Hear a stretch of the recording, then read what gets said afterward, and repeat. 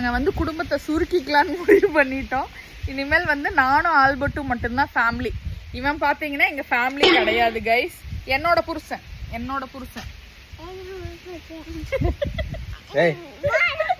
உனக்கு சொல்ல போலாமா? ஏய் என் புருஷன் எங்கடா கூட்டு போற? என் புருஷன்டா, என் புருஷன்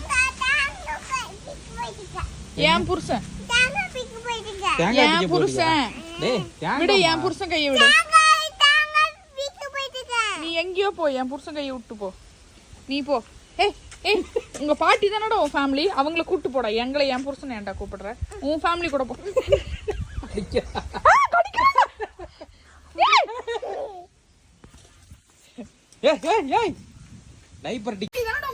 உங்க ஃபேமிலி கூட போடா. என் ஃபேமிலி கிட்ட வர, என் ஃபேமிலிக்கு நடுவுல நீ யாரு? டேய் இங்க பாரு.